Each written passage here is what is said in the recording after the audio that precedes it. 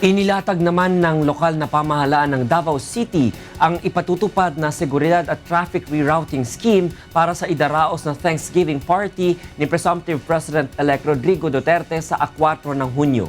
Ito ang balita ni Nel Mariboho. Tuloy na ang gagawing Thanksgiving celebration ni Presumptive President-elect Rodrigo Duterte sa ika-4 ng Hunyo. Isasagawa ito sa Crocodile Park sa Davao City na may kapasidad na aabot sa 250,000.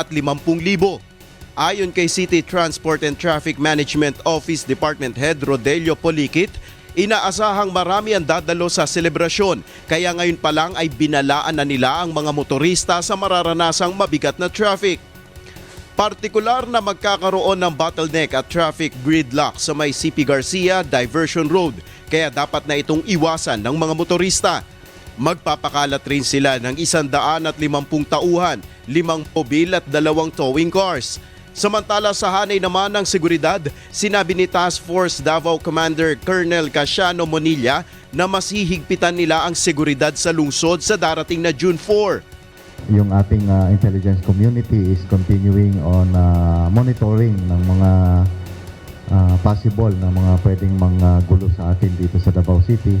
Maging ang Davao City Police ay naghahanda na rin ng mga ipatutupad na security measures, lalo't hindi lamang mga Davaoenyo at ordinaryong mamamayan ang inaasahang pupunta sa victory party.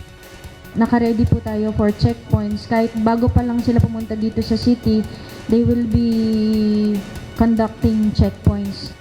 Mas magiging istrikto rin ang ipatutupad nilang inspections sa mga papasok sa loob ng venue. Paalala rin nila sa mga dadalo na huwag magdadala ng mga nakalalasing na inumin at huwag maninigarilyo dahil mahigpit itong ipinagbabawal sa lungsod.